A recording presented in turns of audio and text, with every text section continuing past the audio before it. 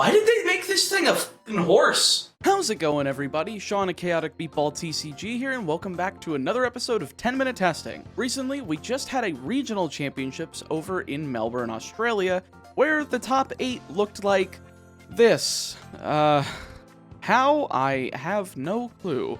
I suppose all of the Mew VMAX players bricked. But we're gonna see if this deck truly has legs to stand on. 4 of them, in fact, because Palkia is a horse. Why? I will never understand. So here's the deck. I'm lifting this straight from the first and second place lists from the Melbourne Regionals, since they both were the exact same lists. They were both part of the same testing group and played the exact same list and made it to finals together. Absolutely hilarious. Starting off with our attackers, we have 2 Origin Palkia V and 2 VSTAR. The base V doesn't really do anything remotely useful. Rule the Region is not applicable to this deck because we don't play any stadiums, and Hydro Break is 3 energy, unlike all other attackers in this deck being 2, so we're not really going to be considering attaching 3 energies to the Mon. But with the V-Star, we can do a maximum of 260 damage with Subspace Swell, as 60 plus 20 for each bench Pokemon for a max of 10.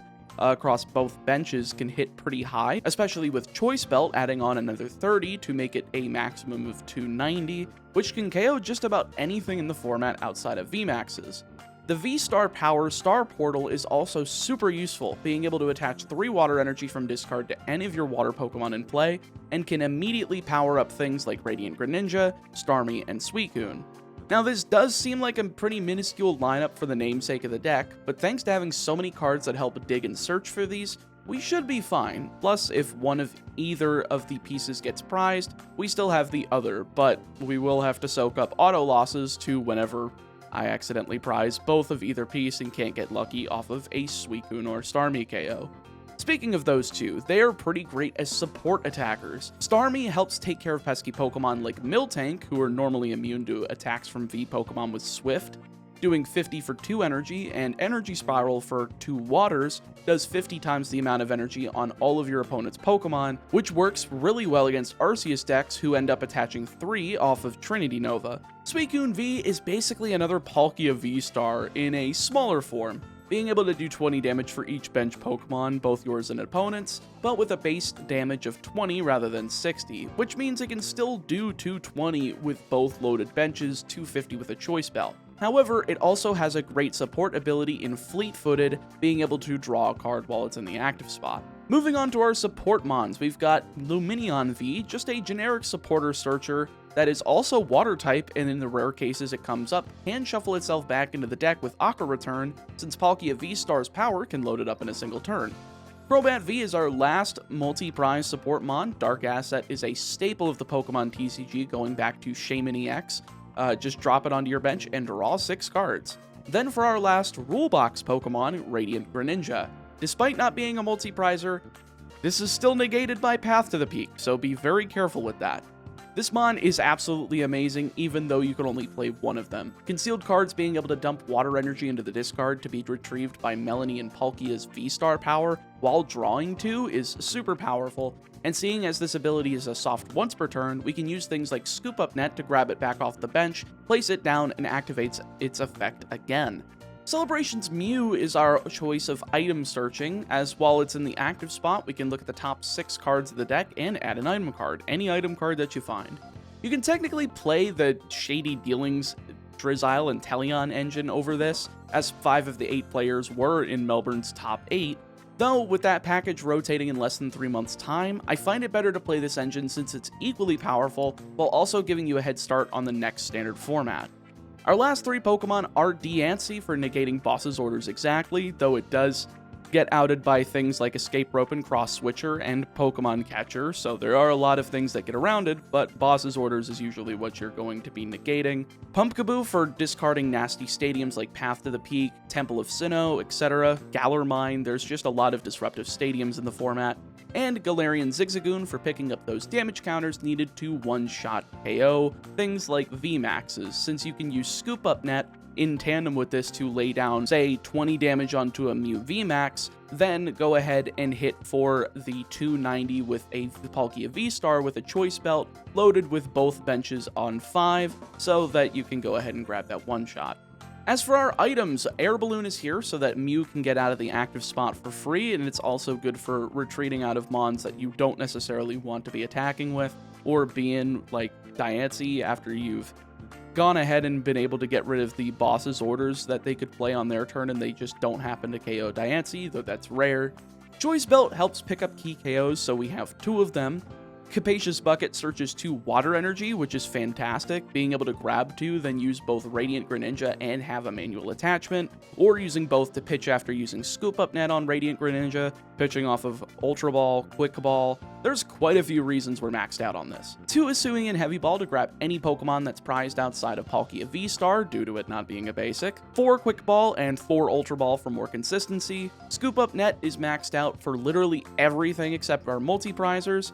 Reusing Radiant Greninja, getting Mew out of the active if you don't have access to Air Balloon, getting Diancie off the board after doing its job if it wasn't KO'd, Pumpkaboo to discard another Stadium, more damage from Zigzagoon. It is one of the best cards in the deck, and it's why we're playing 4 of it. 4 Trekking Shoes, so that we can essentially play a 56 card deck, since we can either draw the card off the top, or mill it and draw the card underneath.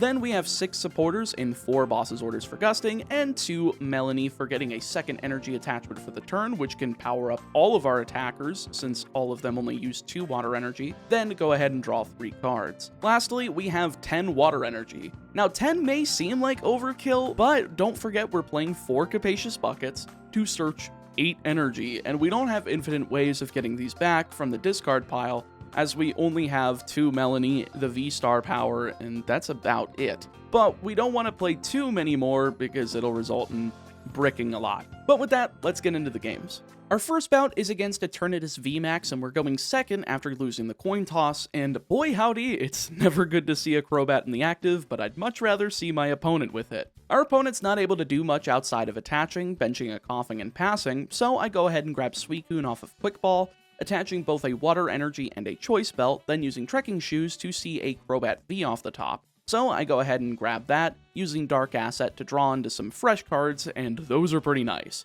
Boss's Orders for later in the game should be perfect, Starmie V as another attacker, and a second Mew as well as a Scoop Up Net to get this Mew out of the active. So I go ahead and use the ability to nab a Quick Ball, using it and pitching the second Mew for a Lumineon in order to grab Melanie, so I can get that second attachment to Suicune, seeing both Capacious Bucket and Radiant Greninja off of the draw 3, so this is definitely a good turn.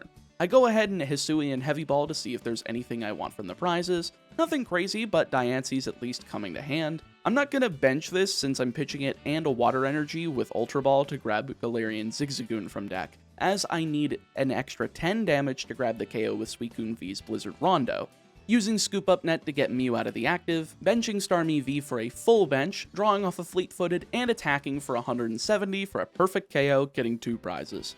Well, geez, 3 Boss's Orders. These things are always glued to my hand, but a second Choice Belt is nice for Starmie next turn. We see the opponent attach and evolve into Galarian Weezing using Professor's Research, discarding a V-Star of Hisuian Samurott, Choice Belt, and Dark Patch for a new hand, and yeah, that was one hell of a brick if I've ever seen one. They start rolling though, benching an Eternatus, Coughing, and Zigzagoon, though this isn't going to be a good place to be against my deck. The more that's benched, the more damage I'm dealing, and that Eternatus V looks mighty delicious with these 3 Boss's Orders in hand. I go ahead and manually attach an energy to Greninja once the turn passes back to me, bossing up the Coughing instead of Eternatus since I see no reason to worry about that just yet, KOing with Blizzard Rondo and getting a 3rd prize, though this poison damage is going to rack up quick. Another Galarian Zigzagoon comes down as well as a Professor's Research, getting into an Evolution Incense and widening that bench to 8 as Eternatus VMAX drops onto the field. The opponent is going crazy with cards now, using Crobat V to draw, benching another Eternatus as well as a Hisuian Samurott, but thanks to that wide bench, Suicune's in prime position to KO anything here. So once turn passes back to me, I use Boss's Orders on the Samurott to ensure the V-Star doesn't come out, grabbing Pumpkaboo with Ultra Ball in case any Disruptive Stadium comes into play, grabbing the KO and leaving just one more prize on my end. It's all but over for our opponent, though she's definitely going for it, using Switch to get into the Eternatus VMAX, setting Galar Mine and KOing with Dread End for 2 prizes, but due to 4 energy being on her field, it's a pretty easy manual attachment and Boss's Orders into Crobat V to grab the KO with Starmie V for the victory. Our second game is against Arceus Inteleon, and we're once again going second, leading off with Mew. Our opponent doesn't end up having the most solid of starts though, benching a single Sobble and attaching an energy to Arceus passing turn.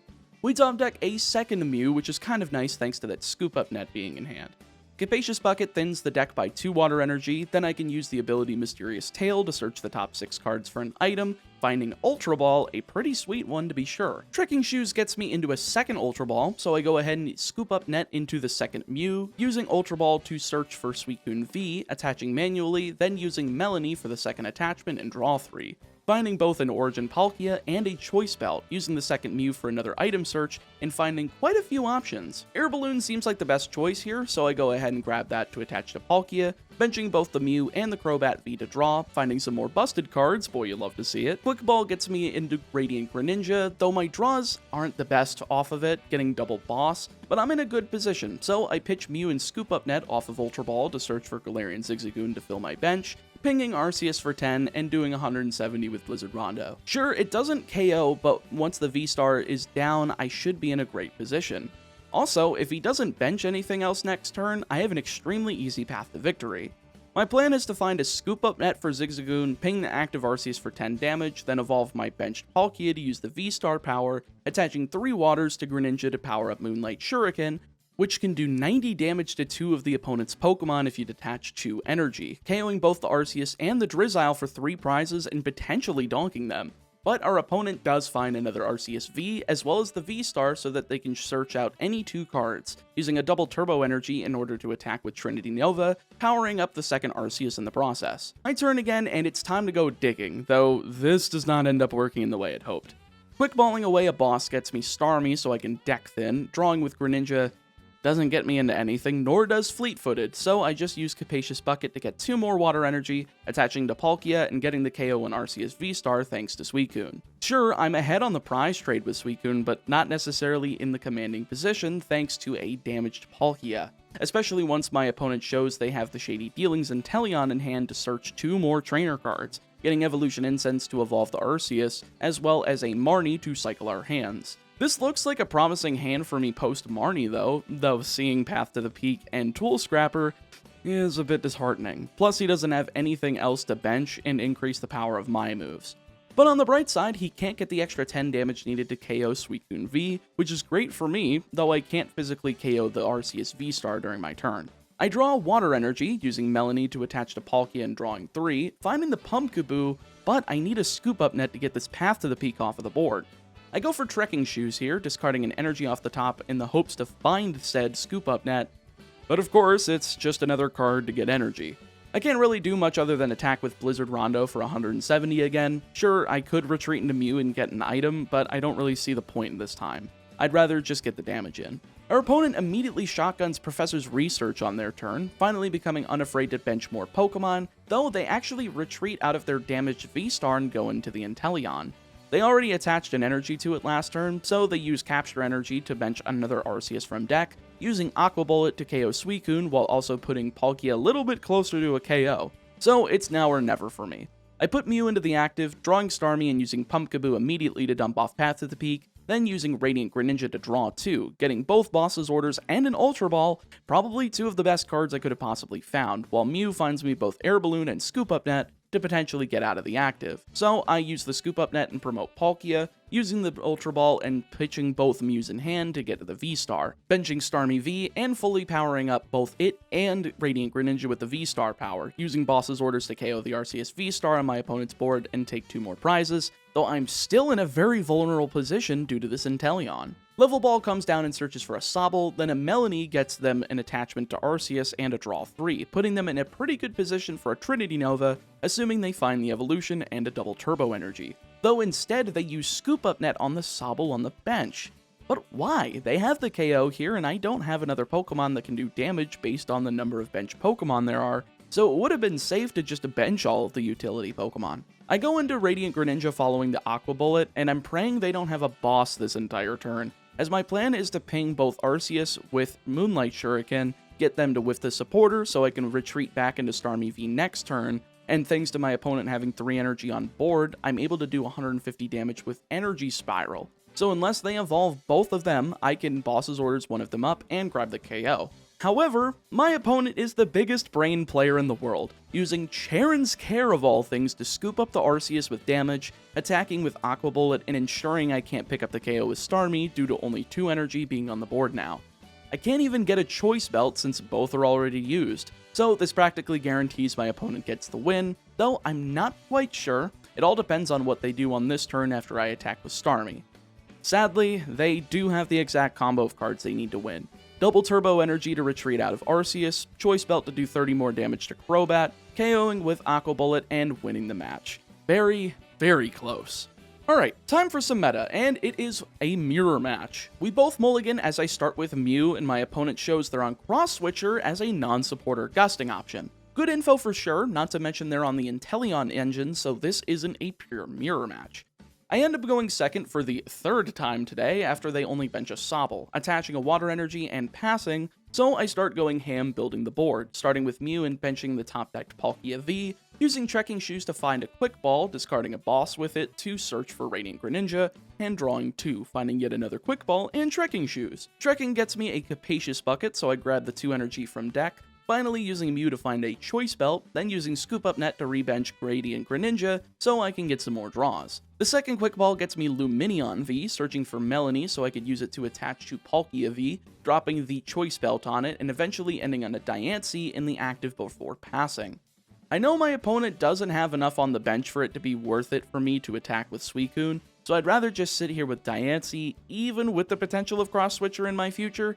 I think it'll be fine because they have such a large size deck to go through in order to find 2 of them. They use a Quick Ball to search out a Radiant Greninja, tossing away an Ordinary Rod while also using Drizzile to search Melanie, getting the Water Energy into the discard with Greninja.